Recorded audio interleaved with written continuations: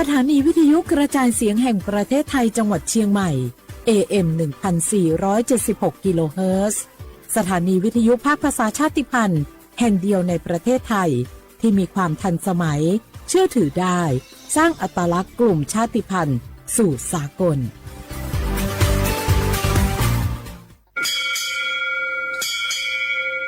โอเบดะจ้าโอเบชอเปอร์เหมือนสุนคาข้อว่าเนื้อจงโอดูธรรมา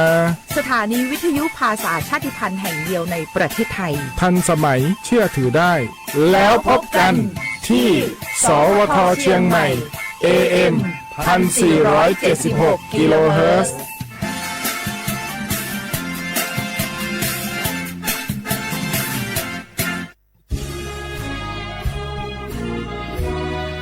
พระบารมีปกเกล้าเพื่อปวงชนชาวไทยจากพระราชกรณียกิจนานับประการที่พระบาทสมเด็จพระเจ้าอยู่หัวและพระบรมวงศานุวงศ์ทรงทุ่มเทพระวรกายทรงงานอย่างไม่เหน็ดเหนื่อยเพื่อประโยชน์สุขของประสบนิกรจากโครงการหลวงสู่การพัฒนาแหล่งน้ำส่งเสริมการศึกษาและด้านสาธารณสุขที่มุ่งเน้นการพึ่งพาตนเองและการพัฒนาอย่างยั่งยืนทุกย่างพระบาทคือการทรงงานทุกพระราชดำริคือพลังแห่งการพัฒนาเพราะประชาชนคือหัวใจของแผ่นดินร่วมเสริมสร้างความรักในสถาบันหลักของชาติโดยสำนักงานประชาสัมพันธ์ที่ 3 กรมประชาสัมพันธ์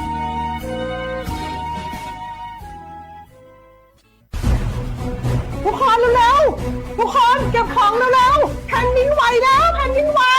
เดี๋ยวพี่เดี๋ยวก่อนจะรีบไปไหนเก็บของไปไหนพี่เนี่ยพี่ดูในข่าวเขาทำคลิปมานะว่าจังหวัดเราเนี่ยแผ่นดินจะไหวพี่ยังไม่มีแฟนเลยเนี่ยกลัวตายมากเลยเนี่ยไม่อยากตายเอ้าพี่ไปฟังข่าวปลอมมาอีกแล้วเหรอทำไมพี่ไม่ไปดูข้อมูลแผ่นดินไหวที่แอป Earthquake หรือว่า Thai Disaster Alert อ่ะเขาบอกข้อมูลหมดเลยว่าสถานการณ์แบบไหนระดับไหนต้องทำตัวยังไงบ้างอีกอย่างถ้ามือถือพี่ไม่มีเน็ตเนี่ยเขาจะมีเซลล์บอร์ดแคสส่งข้อความแจ้งเตือนมาที่โทรศัพท์พี่โดยตรงเลยพร้อมข้อปฏิบัติด้วยเหลือแค่พี่ปฏิบัติตามนั่นแหละต้องใจเย็นๆลงละขอบคุณมากนะน้องโอเครู้ทันสาธารณภัยห่างไกลความเสียหายด้วยความปรารถนาดีจากสำนักงานประชาสัมพันธ์ที่ 3 กรมประชาสัมพันธ์ปีใหม่เมืองมาแล้วจวนกู้คนกู้ทันห่วมฮดน้ำดำหัวขอปอนคนเฒ่าคนแก่แต่งกายด้วยความสุภาพเล่นน้ำอย่างมีวัฒนธรรมสืบสานประเพณีอันดีงามของล้านนาเฮาปีใหม่เมืองสุขใจปลอดภัยใส่ใจวัฒนธรรมเจ้า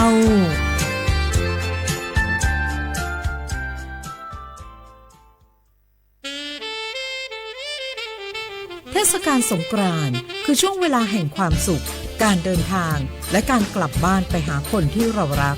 แต่ทุกปีก็ยังมีอุบัติเหตุเกิดขึ้นจากความประมาทเพียงเสี้ยววินาทีขอให้ทุกการเดินทางในปีนี้เริ่มต้นจากความรับผิดชอบของเราไม่ขับรถเร็วเพราะความเร็วที่เกินกำหนดเพิ่มความเสี่ยงต่อการสูญเสียดื่มไม่ขับเพราะแอลกอฮอล์ทำให้การตัดสินใจช้าลงสวมใส่อุปกรณ์นิรภัยหมวกกันน็อกและเข็มขัดนิรภัยคือสิ่งเล็กๆที่ช่วยลดความรุนแรงของอุบัติเหตุและอาจช่วยชีวิตคุณได้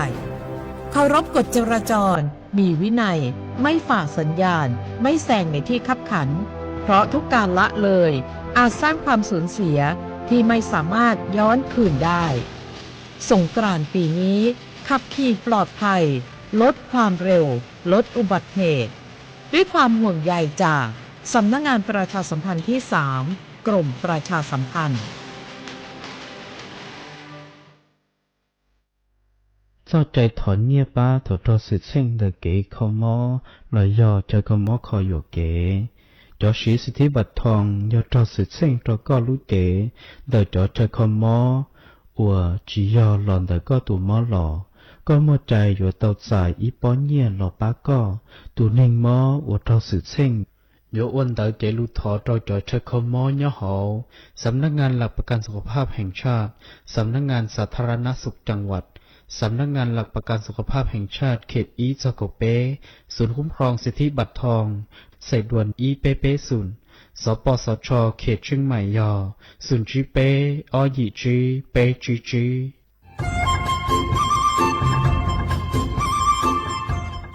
เจ้าอีจงน่ะจะกึดินิ่งจังมงสวดเล่าลูว่าอีปังรูทีมเจ้งใหม่ชื่อปังเกลาเต้งเหม่งสวดตอปูหาปังฟัวอาองพีเอ็มอจุดจื้อยอปูมั่วสวดเตอกุญแยกขอตือหามงจัวจอหนูจื้อกุญย้อจวนเตอศูนย์อำนวยการหาตีไถสวดเตอปูปังฟัวอาองกุญย้อจวนเตอลูเสงเจ้งใหม่ดาวมงเตาจัวตุมเบอร์สุตงศูนย์จื้อเปอีอยี่ศูนย์ยี่ลูเสงเจ้งใหม่เตาเต๋อจู้ใจตีไถเต้งเหม่งสวดเตอปูหาปังฟัวอาองพีเอ็มอจุดจื้อไม่ยอขอเชยตือจื้อเตาใจเก๋เข็งจอใจกวดเหลาเตาลุนเต๋อตูแอฟไฟดีมาช็อตเหลาเนอจื้อหาเหลาจัวต่อเต้ช้างปัวเหลาหูเร่หูจอเหลาเต้ขยะเต้กินตรงขัวบลงขัวชัวอย่างมาจื้อปูเหลาจื้อรอนูตีอีลูอีลินดูมงจูนูตีไปเจ้าอีลูจื้อลินดูชงอ้อเช้งจื้อปัวเจ้าจัวยอเล่งตือเหลายัวเจ้าลูจื้อเจ้าเลจู้ใจเกตเช่าจูลูนเต่าสำนักงานประชาสัมพันธ์เต่าลูเสงเจ้งใหม่ลูกงอัวอีปังดูทีมเจ้งใหม่ใช้ชัวเต้ฟัวจัวอัวกัวฟัวจวดเล้าหูจือปูมัวปังฟัวอาอง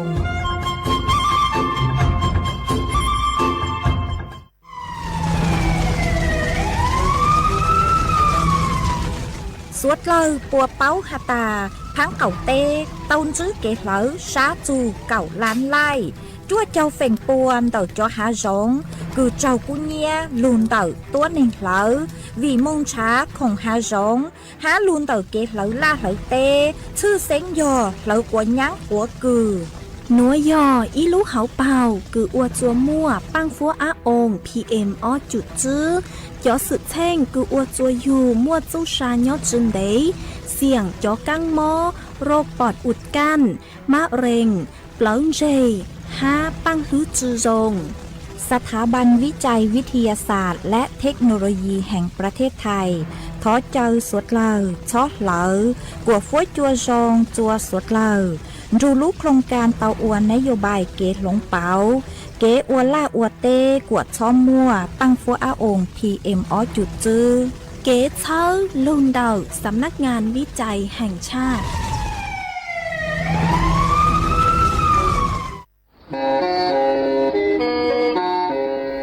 เล่งตือสังเกงโฆษณาจวนเต่าสุต้องจัวสังชัวหูเต้เชอไทยเต่าลู่เสียงเจ้งใหม่คือยอขอเชอมัวเก๋เป้ารูเก๋ฉีฟางนอนรอเต่าชงเหงสัญญาณมงเต่าเกล้ท่องเปล่าหูลู่เสียงเจ้งใหม่ยอเล่งตือสังเกงนัวหล่อนงตัวเต่าจวนเต่าสุต้องจัวสังชัวหูเต้เชอไทยเต่าลู่เสียงเจ้งใหม่จวนเต่าตุงเบอร์สุต้องศูนย์จื้อเปอ้อช่างเจ้าศูนย์เจ้าหยี่หล่อชื่อศูนย์จั่วอ้อเปล่าเจ้าหยี่จื้อช่างจั่ว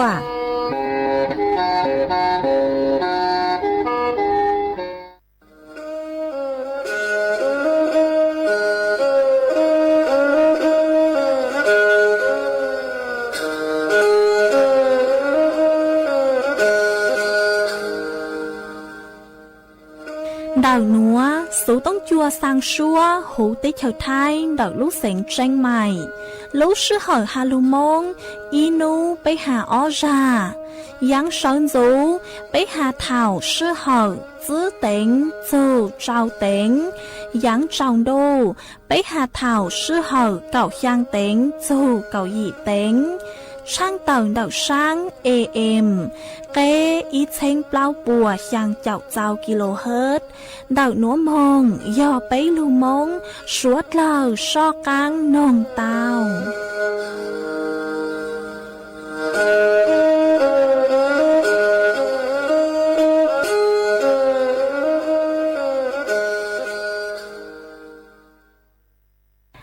ย nhớ rong ý trọng nà giữ cứ tin ninh rằng suốt lâu man đậu núa cú bao nhà sảnh hàng rong xa trọc anh chọn đủ số tông chua hà lù mông đậu lúc sảnh tranh mày tuôn giữ ý trọng nà giữ cứ tin ninh rằng suốt lâu ôn đánh núa chê yuột thỏi ý trọng nà giữ cứ tin ninh rằng suốt lâu cứ mình càng lưu sai hang càng lưu nông nhớ số hú page Facebook mà thọกดไม่ปังกดไลค์กดแชร์อีแหล่งอีแชร์ปู้ตัวเพจสวท AM อีเชงเปล่าปัวช่างเจ้าเจ้ากิโลเฮิรตซ์มากูอจองดาวจะไม่สวดเลยกูไม่ปังเชิงกังสู่ต้องจัวฮัลโลมงเดาลุเสียงแจ้งใหม่อ๋อเอนูนัวเจกูหวังฮัจยาสหตาไม่สวดเลยอยู่ลุงทูกูย่ออวพงยืดเถาปีมองจู่จัวเถาสาวมาอ้วนได้นัวเจกูยศช่างเต่าจัวไม่สวดเลยเต้าเป้าหตานูนัวเจกูจัวเกาลูชัวจัวไม่สวดเลยเต้าหนอเสืออ๋อยอหตาเล่งตือมั่วสูเจ๋งเจ้งกลางจือนัวหลอไม่ดาวสู่ต้องมองสุนฉาไม่วิยอหตากูจือย่อจวนดักสู่ต้องจัวเลยเจยัวจือมั่วเล่งตือลูใจไม่เลยสู่ต้องเจกูช่างเต่าจัวไม่สวดเลยเต้าเป้าเลยหนัวเอจวนจือหนัวเจไปสวดเลยมองกงกี้หล่อใจอ้วกีจวนจือมองนี่ย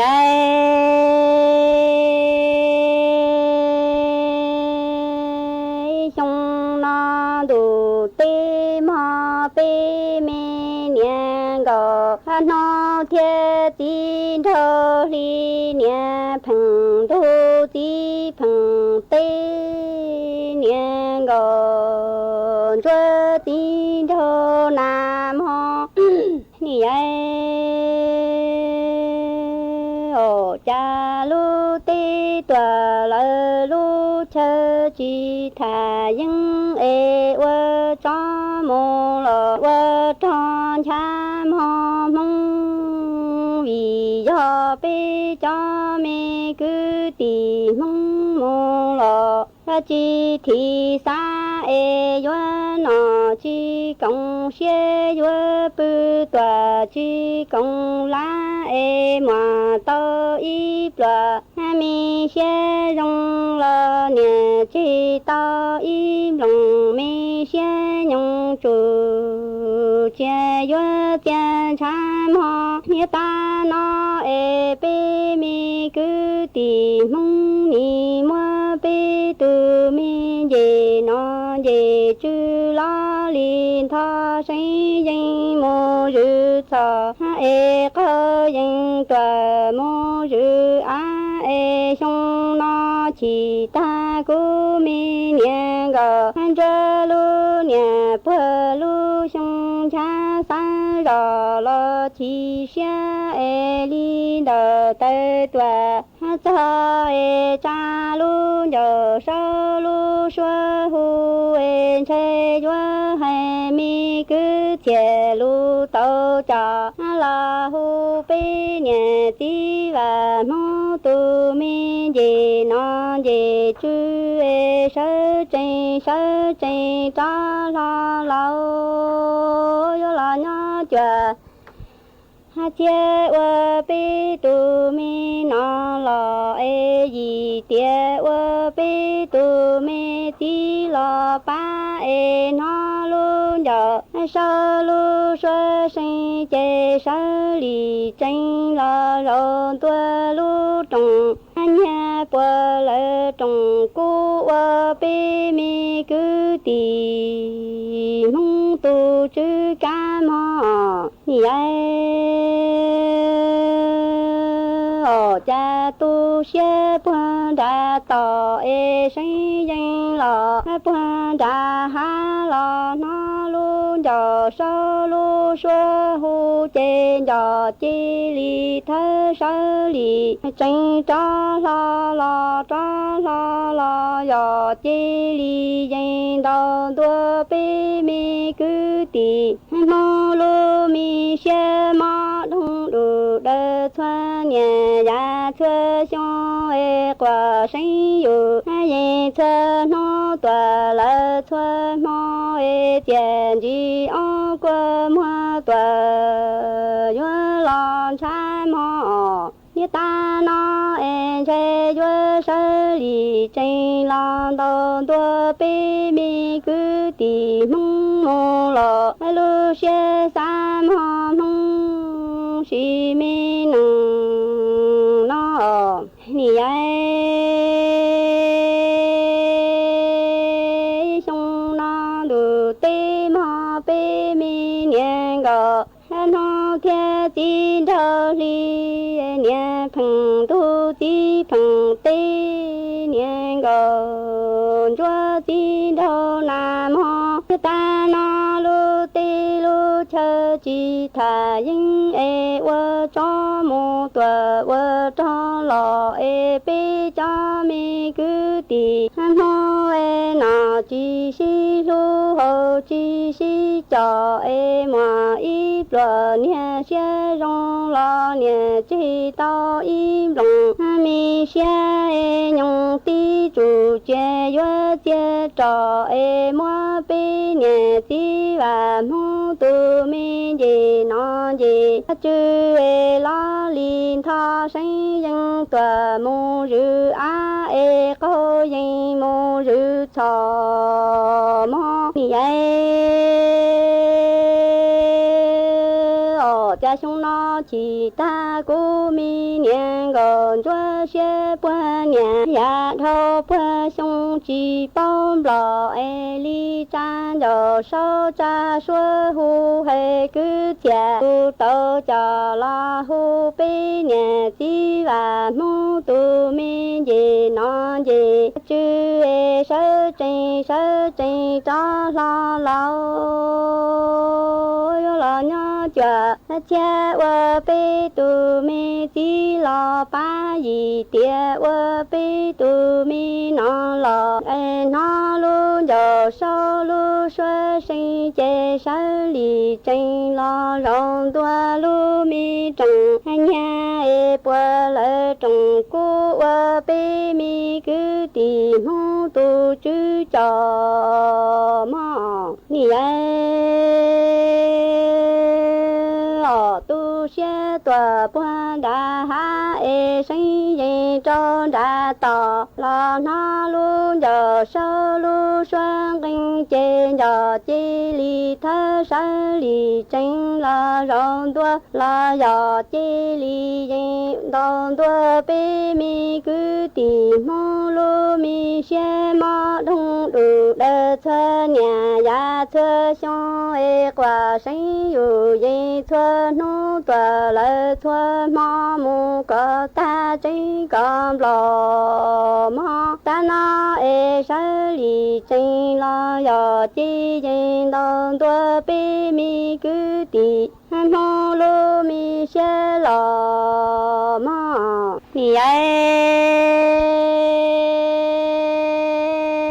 兄那都对马被米个地梦你去报在那天要容年兄那这天要容兄其他古明年个这里都先容的都多早节难如让了主大百年几万农路米沙天东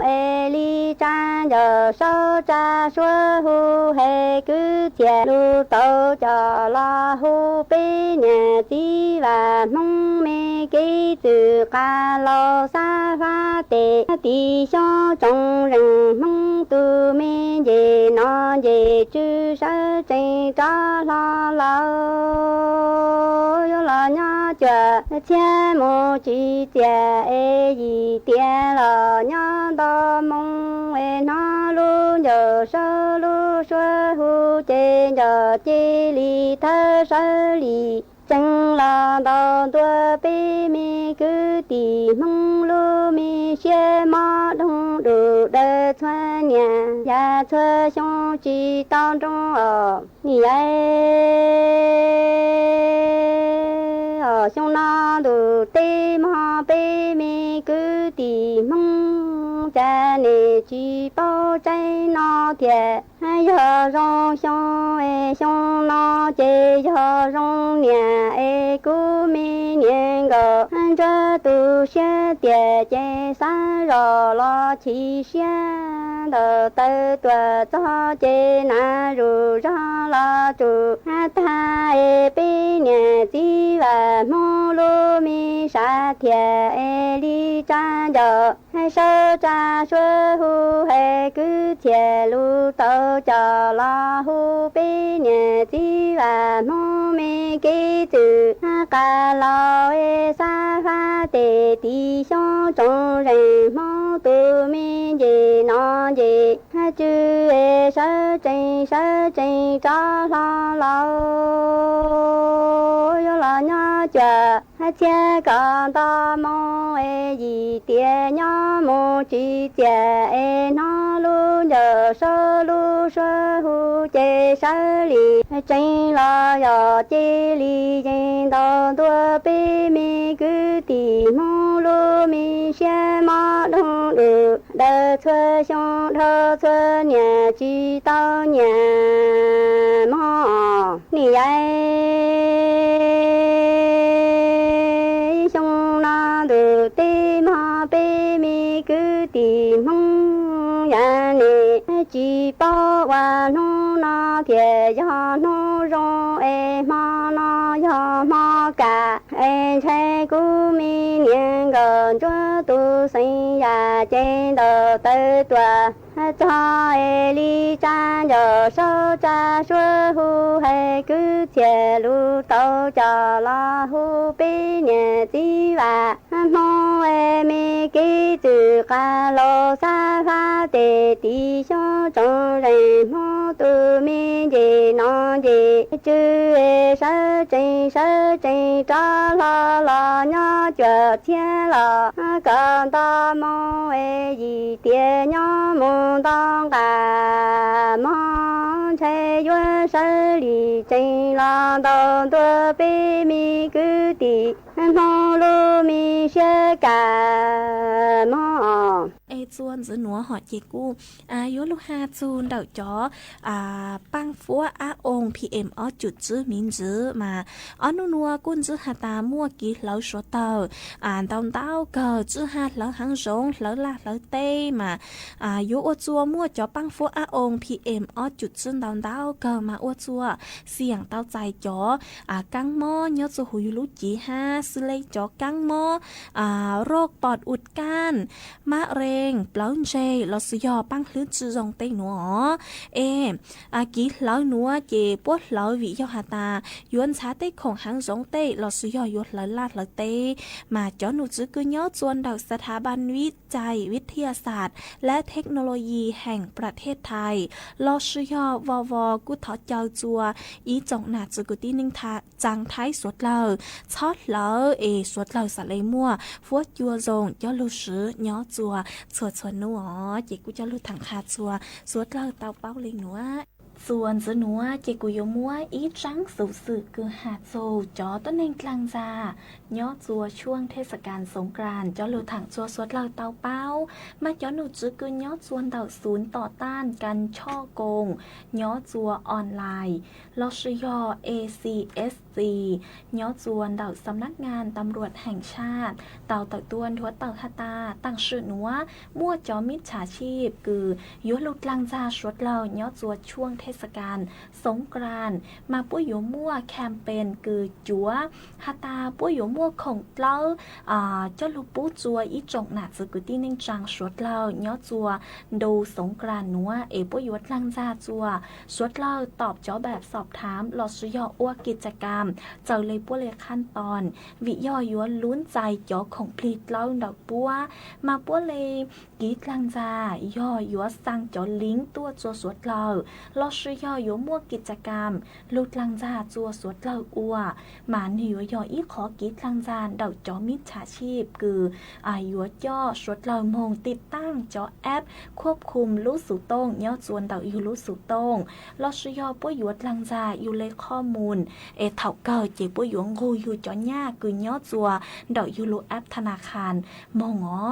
มาชดลอยอยู่จุเตาเจิงฟังอยู่ตุแข่งตัวรงช้อนหลังเตาหลังแรงช้อมงกดลิงก์จวนจอมิจฉาชีพดักเนอเจกูจะหลุดทางขาจัวสวดเราเตาเป้าเลยหนัว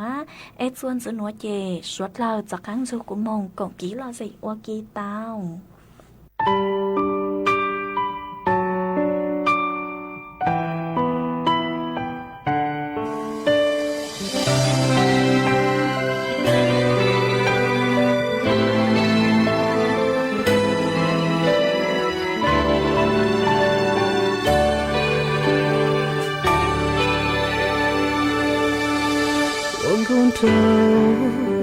กูตื้อให้ชีตอก็เลย这第一是想我自我个không lông plơ lông xe có yên chỉ luônกูbảo rằng thì có yên lúcกูchỉ ta con đầu xưa có tự oai có chia nhà chỉ tao kia chơi hai nhà lưu chia ứng trên chùa là chiếc lưu được kể xưa ít nữ tu trên nhẹ yêu tao nhà nếu mà nó có biết tôi cũng sống xuống cô lo cô la uống có nó lớn chân uống con đầu xưa tôi chỉ xin đã sợ cho kia luôn là phải chỉ ta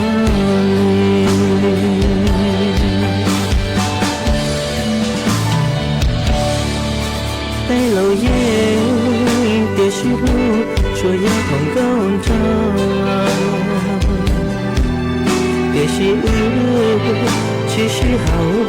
là do sinh nhà chia nhiều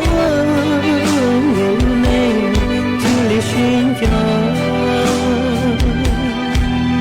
chỉ tao lo nhưng có tiền luôn chịu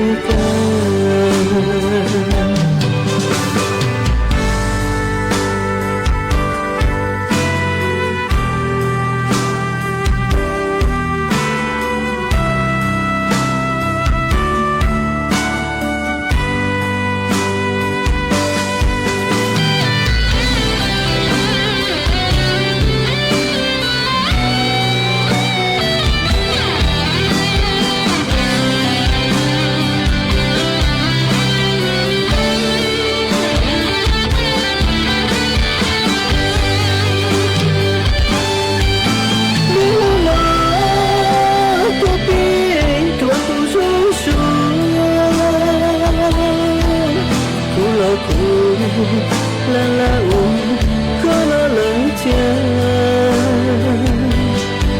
uống đón đầu xưa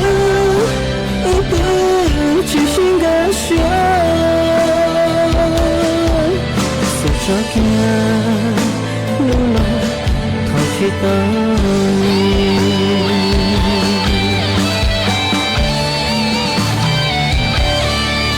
tay lâu ye để chỉ lu cho ya không con trăng để chỉ hậu là do sinh nhà chia nhau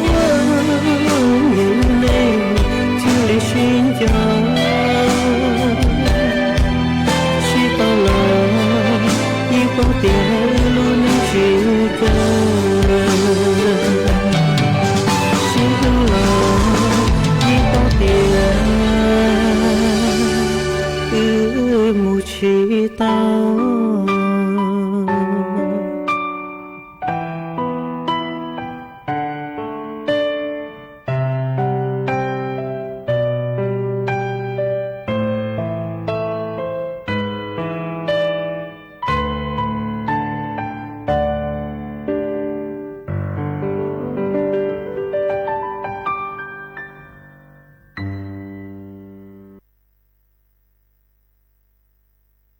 你哎。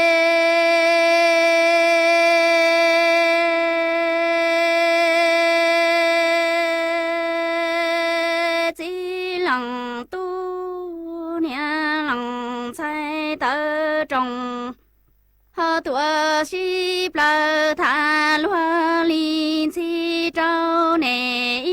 rể trong mê chi lòng họ tu mong lo có chi bao cú nhà lòng sai chế tư mùa tu mùa trong tha lỡ tề họ mê xin họ mù tu mùa sai trong cho mong mu tua đi trong cứ lặng trong nì khơi gâu tao nhà tê tu ca mò con nọ hơn cha nì nọ mò lử ru nòng xe tao khoa nòng chữ tao không qua mò dù hơn cha lu nhà thơ lu xong nhỏ chỉ trong cứ lặng tu lặng trong thìa tâu plò họ thua linh thì mua cho mu rư ly rò trâu tì trong mua tu lùa họ khâu lò phao mua tu a khơi cho lo vong cứ lặng tu lặng trong thua ta tề họ xin họ chế tề tu tề sai trong gió nhẹ chạp lơ lúa rề họ lúa rò mong xa tia hoa thơ trồng lơ mù qua đoa nặng to để lo trả lúa chi lúa nì họ chỉ mù lo qua than nhà tê y thu bọn chúa lo nhỏ bùa công nì chỉ bỏ ca hoa mù bà họ y lu nặng chỉ bỏ ca hoa mù lùa tê đó đông qua đoa nhà họ y chỉ công nì mù lùa tao y chỉ tê lo lùa ta chỉ mùa họ tu hoa lo ba cho nì tu chế xong họ nia bỏ nia cho ta chế nì họ mù hoa tao lu chế tên chế cây đủ đen cả hoa bông hoa tao lo chúa tòa họ chế chúa hoa mua mẹ căng trong chỉ lòng tu cứ nhà lòng hòn sai kia trâu cò bao tia cú chế họ y thu bọn chúa tư mùa họ kỳ trong cò hoa thọ nhà sai thả kí khóc lăng gầu họ đầu lo hoa thả cho giò nia kí lò mu hoa công ho ni ai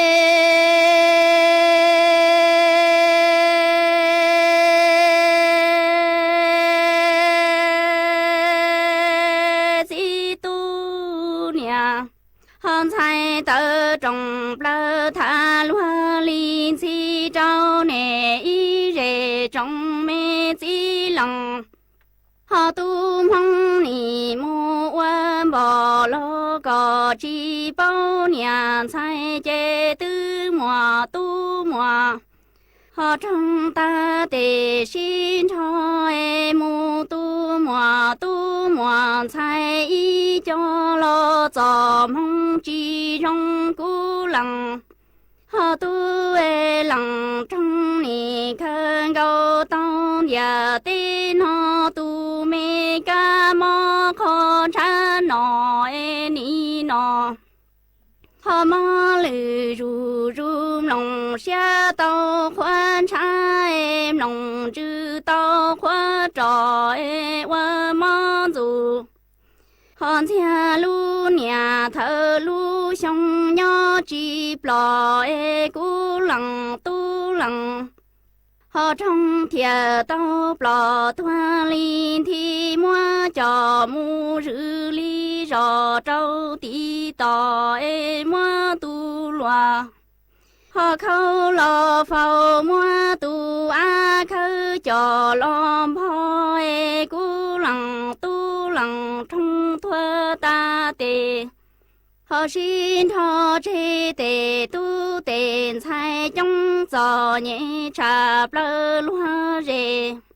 họ lo loa rồi xa tia hoa tơ trong lơ mù hoa đoa ý to nặng lo trái trụ họ thư trả loa chỉ lu ni chỉ mù lo hoa tan ya tê ý thu bò hòn chúa nhỏ gió nhẹ hoa lúa nói ni chỉ bỏ cái hoa mù bà lu nặng chỉ bỏ cái hoa mù lúa họ tin on tông hoa đua nhà ý chỉ nói ni mù lúa tao ý chỉ tê lo lúa họ ta chỉ mua tu hoa lo ban đón đông lo cho ni tu chế lo họ nia bỏ họ nia cho ta chế mu hoa tao lu chế tên về cái đủ họ đi nhỏ hoa gò võ tao lo chua tua chế chua hoa mua nia họ mình găng trong nhà mù bù tỏ chỉ lòng tu cú kia cỏ họ bao tia cú chế ni nhỏ ý thu bọn chúa tư mù mùa tu mùa họ kỳ lò cỏ yuan thon nhà chạy thả cho gió mê kê khâu lăng gầu họ đầu lo họ qua thả cho gió nia kê mù qua nọ chê rong lu là họ sang sau xin địa tê nó mù tua lu chỉ cha nhà chạy lu chê chia họ ra lâu tha trái chủ trư trả có ta chê hoa su su có xia hoa mò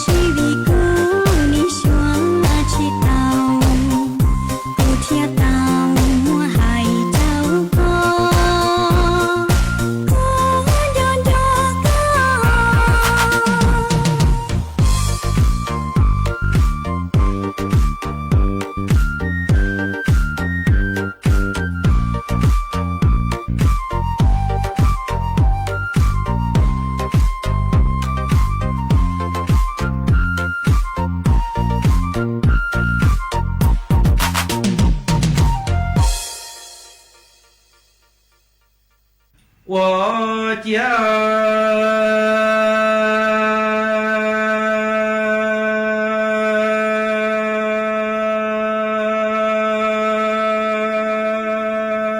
đủ ý trong cứ tìm mong nặng họ trai yo cha yu ni chi mùa cứ cho chi mùa thiên nọ lú mi mù họ giàu ya ba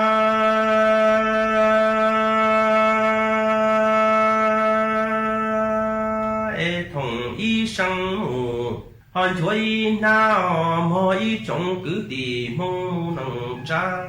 thâu yu nọ ca nhớ rong tư chi lùa tư en che ti chủ tư cha mùa y nu tư en che yo mùa trồng plau trồng thu si cứ rù gia mù họ chọn ra ma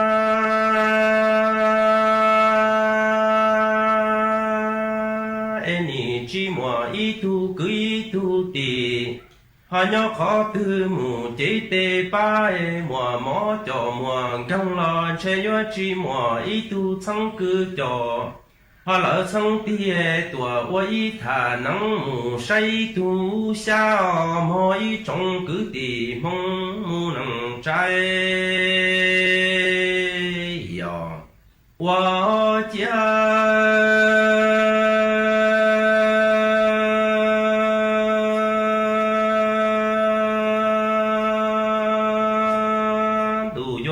trong cứ tìm mong mu nằng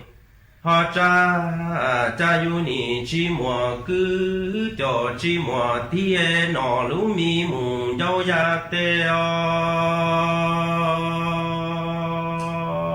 ni công nhà họ y pla mù chỉ chê ni tu xian thùn thôi thâu nọ ca nhớ rong chê che tư chi lùa họ tư nhìn chai chai tí chủ tư trả mùa inu tư mùa trồng plau trồng họ tu si cứ rủ ra mù chọn đã ma trên che yo chi mùa y tu sang cứ cho lỡ sang thi tua họ mù ban đề che mùa inu tu tư mùa mò cho mùa găng lo ni chi mùa y tu cứ y tu tì họ nhớ khó tư yo tua ba cái tua cho ba tê là mai trong cứ tì mong cha ni tu xia wa lo tia cho họ kê chi mùa cứ cho chi mùa tia y trong cứ tì mong mu nằng cha ni li là mu nhớ chầu tê họ xua đại là tê ma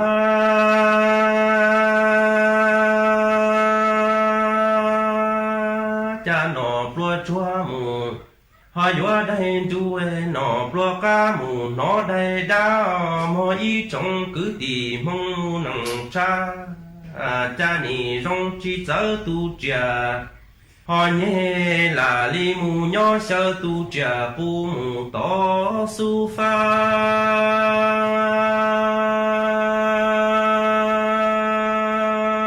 đủ ý trong cứ tì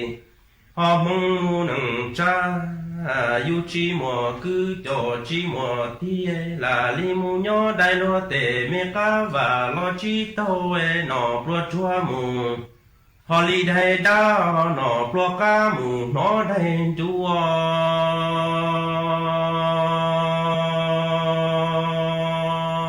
là mù nhỏ chậu má chò họ li sơ xoay ni chỉ do cứ do tì công nhà chỉ mù y pla yu ni rong chi chớ tu cha họ nhé chê là li mù nhỏ công tề cha pu la ma y trong cứ tì mong mu nằng trai yo cha ni họ tu xia wa lo tia tờ trong plan cha trâu sâu lu đủ lo cha rong li lu đủ mùa hà lu nu sư tư chi mùa là lu li lo mùa cứ cho mùa thi loa nè hà mù cứ y sông đủ rong mù li quan thi lo yo tua sai lo cứ cho lỡ lo tì lo ni tua thả tí tu ta cho kế si lu cùng ý nhà cho lỡ ý chi lo yo cho lo ni mua mê trong mà lỡ trong thuê lo bu trong ga tua mua châu chi trong lý cũ chi mùa cứ cho chi mùa ti chê ni rau đắng tê nụ noa mù cha sai lu chèn chỉ ông qua mua mù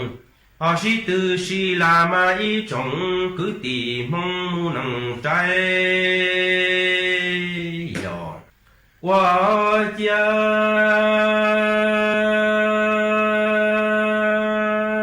cha yu chi mùa cứ cho chi mùa họ tia tờ li plan che cho sầu luôn đủ lo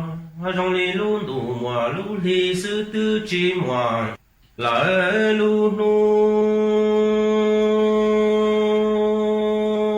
e lúa mùa cứ cho mùa tia lúa nè hà mù cứ trong đủ răng lo lúa nè li tua sai lúa cứ mò cho nhoi nu e tua cho xin tua chê lúa nè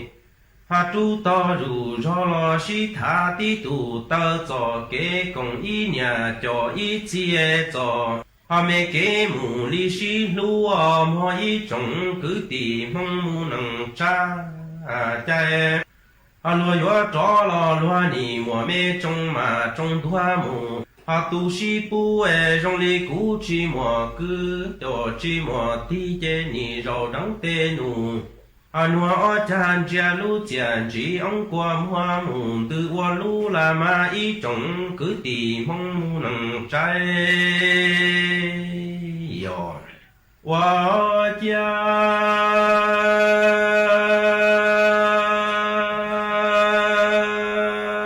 đùa ý trồng cứ tì mong mu nằng trái yu chi mùa cứ chi mùa thiên ni tu xia ta li ya xin đua tu tổ bó tổ lỡ phê tu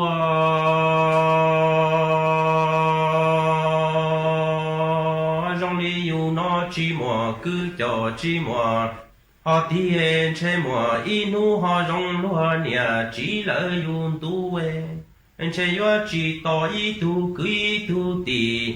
nhớ khó thư yo tua mu đi rồi y po su la ma y trồng cứ tìm mong mu nằng cha cha ni chỉ xa ta lệ xin đua tu tò po tò phê chúa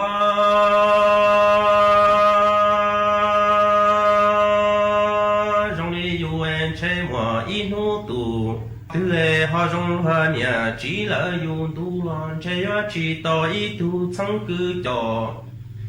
họ lỡ chẳng tia yo tuần đi rồi lỡ y bỏ mỏ của chê chủ lu mù cứ câu đu chủ chi lu mù họ cứ câu chạy lần cứ chi mùa thì chê họ khơi câu cho lỡ mù hay mò y trồng cứ tìm không mù nằng trái yo ý trong nà giữ cứ tin nên trang suốt lờ lúc sư hơi yếu tăng lờ dây cũ ở trong đau cho mấy suốt lờ cứ mấy băng chân gàng số tông chua hà lù mong đợi lúc sành tranh mày hà mấy cô lùn thư của nhỏ ủa phong dư thảo bí lù châu chua thảo sao lúc sư hơi yếu tăng lờ dây cũ yếu sao số tông chua chay cha lên nó lờ sư bây lên mạng cho căng lù xuân rứt lùa chua thảo lúc sư hơi chứ tính châu trao tính ha cậu giang tính châu cậu dị tính nhỏ chùa chùa nu em nu dây yo sao số tông chùa chơi cha lên nó lợi sư thọ chùa của mấy chùa lên chùa tù chuẩn dư châu kín nó căng nhỏ rồng suốt là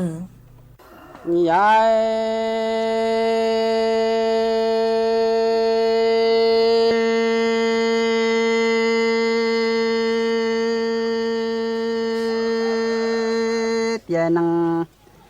nói duyên dòng xuôi sinh dù dân bia dù tê cú lần mi chín giá vì kia cổ mu nhon dù úp sa có bờ bao địa chúa có tu nhỏ tu tê thơ nó to có gió mi kê ba to trong kỳ tàn đuôi mi nông bà câu rùa vơ to hậu ý kỳ bà mai nhẹ nó còn to ta xuôi si yang lo trong tua chế có vơ lo thế cú y rau tu kỳ bỏ ba thế tuổi tu cái nhà qua cha có chân sinhอยู่ยังเตียnhỏ tu u chế chế có ta có ra tư muôn trầu ta hay tu cái qua lu nằng chúa qua nằng sao qua đại tu có tu xe qua lùa là li nó chế chế cảm tu ru với mu sa xóa tuổi nhon cho máu nhẹ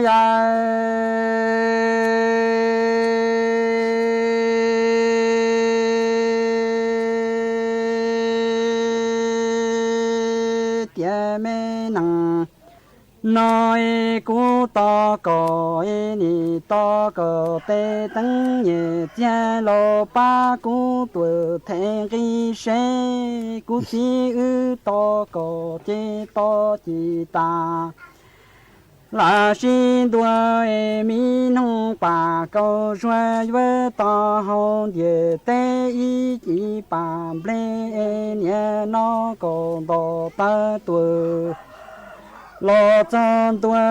yuan dòng xuôi sinhอยู่ยังเปียว่าcha có ta có ra tư tàu muôn đầu ta lu nằng tàu muôn thuê thế cho chế chỉ có xe qua lùi lo địa cũ qua tu ta hậu lại chẳng tê chế cả tu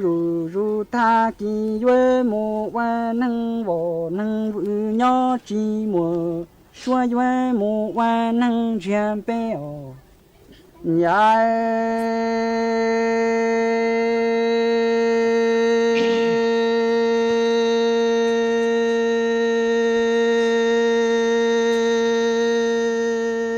tía mê nâng nó chế xe trong cổ lo cho chỉ nó lo cổ lu nằng cha cho nhẹ chỉ li cổ hai chế qua y xe chỉ tu xe trong cổ mò qua kia trong cú nằng li chi nè vì do lu nằng cha cho nhẹ qua lùi nó cứ tì lo qua chi mùa mò yuê lo qua lu nằng nhỏ rong đi nó chế tu xe đi lên thu thọ ý xí nằng yo cả thu ru xí li ru cu yuê mu yuê bỏ sơ nhá lằng li tư đại tao cho thiên đại trao mu yuê tao chế quê nhẹ là y xe yuê mu cháu nhẹ tay lô trở đa lâu em chế yuê đầu ta bê chả chỉ em chỉ yuê chế bê chế chỉ tao em xì năng nói yuê mu qua đa tu cho tu chế nhẹ chế y xì năng mu nhỏ qua tu chế ông quê mua lô xì căng sau em chế năng nó yuê lo qua lu nằng chỉ mùa cứ chỉ mùa ti ta trong ba tu xe qua lùi em chế chỉ tò trong lo yuê dân chỉ mi hao bê lo nhỏ yuê phao em chế tao nhẹ ít qua nó mu lo yuê chỉ cho mong bien nằng nó yuê lo qua lu nhẹ nằng nhỏ lo cha chỉ nó lo cha cho nhẹ qua lùi cứ tì lo yuê chỉ mùa chế cả thu ru xí li ru yuê mu yuê bỏ li lo mu sa nhá do lằng li tư cho xuyên đâu cầu tới trao tới nhẹ chỉ tuổi trâu quan trái chế duy mù tao cú bỏ cú xe chế duy đầu lần nhé lần chỉ duy mù trả đa lao lộ cháu nhẹ tay vì dòng cái trong duy chi mùa mua cái có duy chi mùa chỉ cứ tì lo duy chi mùa tu pa mù đa lu trồng trong chế duy mù hai chế duy mù qua đa tu trò chế tu chế nhẹ chế ý sĩ năng đoan choan tai ở nhà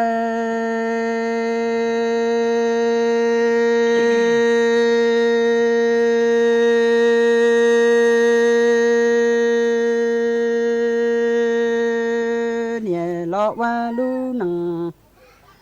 nhoi lo cho là chỉ nói với mu tu tiên lo vì chỉ cho tiền năng nhẹ năng chỉ lu nhẹ năng cho nhẹ ở vì cho lu năng lo qua năng nhoi với lo qua ý sĩ năng chỉ mùa cứ mùa đi trả loan bỏ mu lo cháu loa ba lo qua năng nhoi chơi với lo cháu tề xoay nhau trở lại để mai qua cha duy lộ qua lu năng chỉ bao khoa lộ đó chỉ bao đại cả thu ru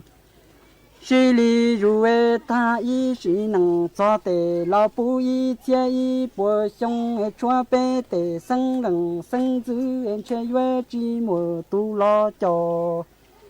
chế lo kia cá trả cho nông vua bò vua thua chế lo vua muốn gạo trâu nhẹ để lo niệm bùa cha thì đi hai生อยู่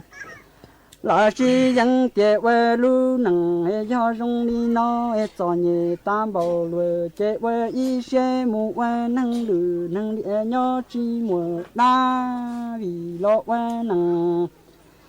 nhoi duy chỉ mùa cứ chỉ mùa ti chế quê y xe mu chầu năng lò li tơ trái duy lò quê lu năng tu xe tin thủ là xin cho chế mu chầu nhẹ má lò ta mi xoa vì lò quê bê chế lò chỉ bao đa lò chỉ bao khoa trả ta tề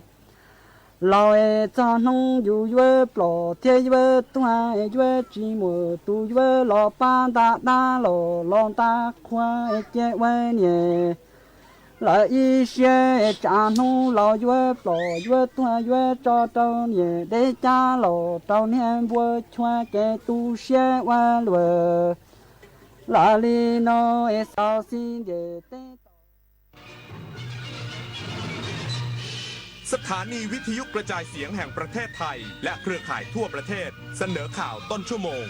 รู้เร็วรู้จริงเกาะติดทุกสถานการณ์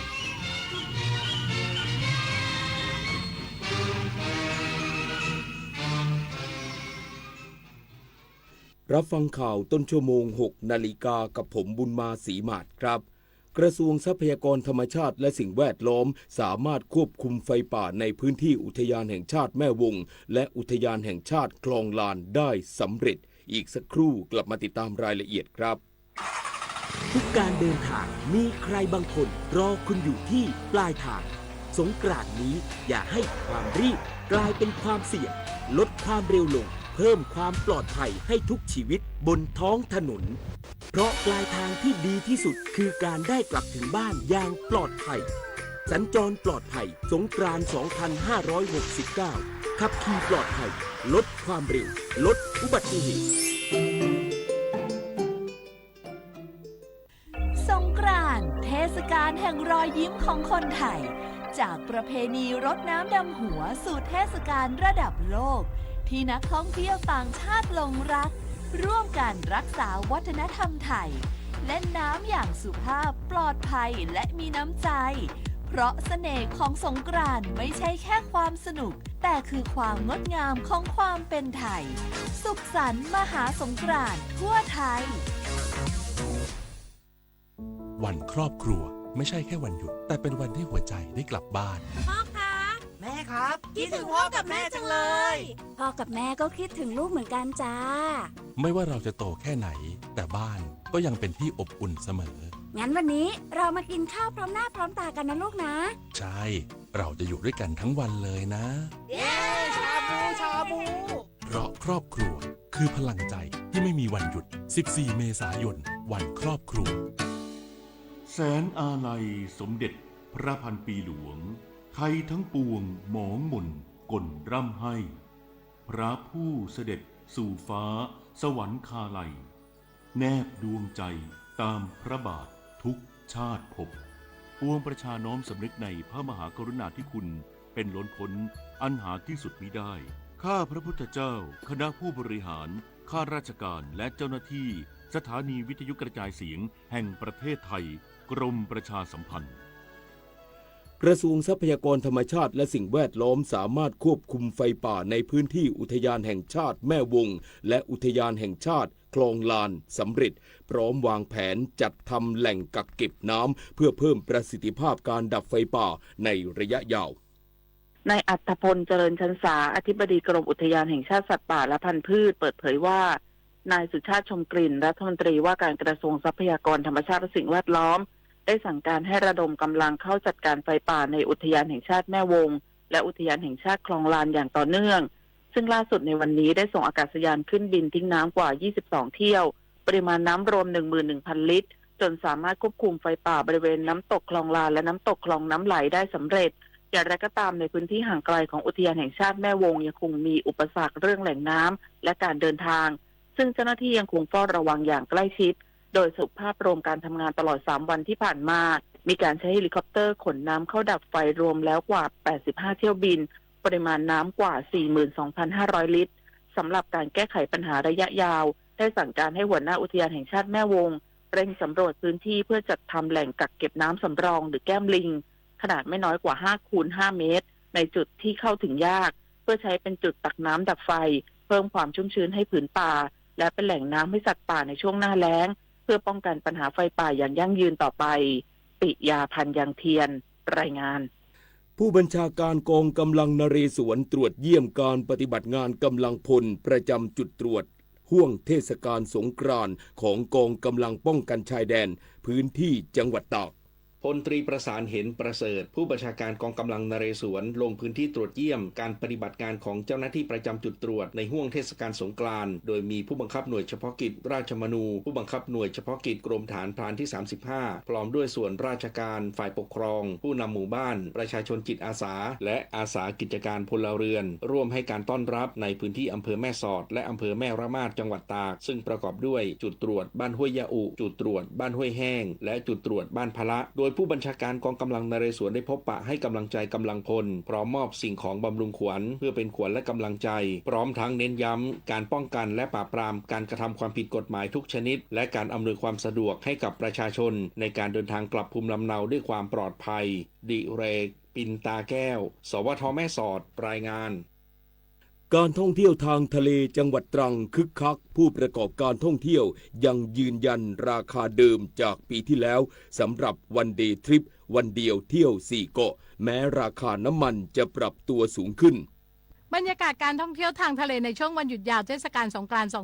2569 ของจังหวัดตรังเป็นไปอย่างคึกคักมีผู้มาใช้บริการเรือโดยสารทั้งที่ท่าเทียบเรือปากเมงท่าเรือขนตุ้งกูท่าเรือหาดยาวและท่าเรือตะเสะเป็นจำนวนมากขณะที่ผู้ประกอบการท่องเที่ยวยังยืนยันราคาเดิมจากปีที่แล้วคือ950 บาทต่อคนสำหรับวันเดย์ทริปวันเดียวเที่ยว4เกาะแม้ราคาน้ำมันจะปรับตัวสูงขึ้นก็ตามด้านนายทรงกรดสว่างวงศ์ผู้ว่าราชการจังหวัดตรังกล่าวว่าจังหวัดตรังขอให้นักท่องเที่ยวเชื่อมั่นด้านความปลอดภัยในการให้บริการทั้งความพร้อมของท่าเรือตัวเรืออุปกรณ์ช่วยชีวิตและพนักงานประจำเรือซึ่งเป็นไปตามมาตรฐานที่กำหนดสำหรับกรณีเกิดภัยทางทะเลเรือทุกลำสามารถสื่อสารกลับมายังศูนย์ควบคุมการเดินเรือเพื่อเข้าทำการช่วยเหลือขณะเดียวกันยังมีเรือตรวจการของศูนย์ช่วยเหลือนักท่องเที่ยวและอุทยานแห่งชาติหาดเจ้าไหมที่สามารถเข้าช่วยเหลือได้เบื้องต้นยืนยันว่าจังหวัดตรังมีความพร้อมในการต้อนรับนักท่องเที่ยวประชาชนและนักท่องเที่ยวสามารถเดินทางมาท่องเที่ยวจังหวัดตรังด้วยความสุขและความปลอดภัย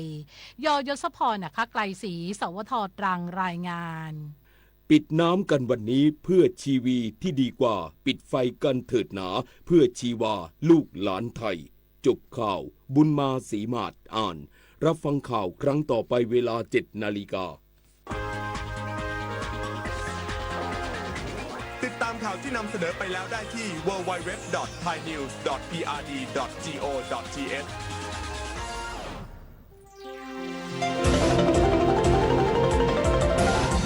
วิทยุแห่งประเทศไทยให้ความรู้คู่ความสุข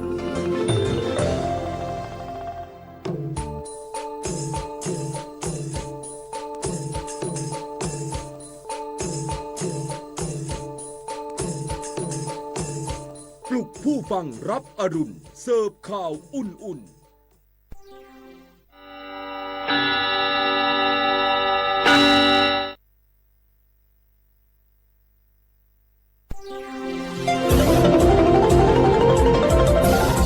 วิทยุแห่งประเทศไทย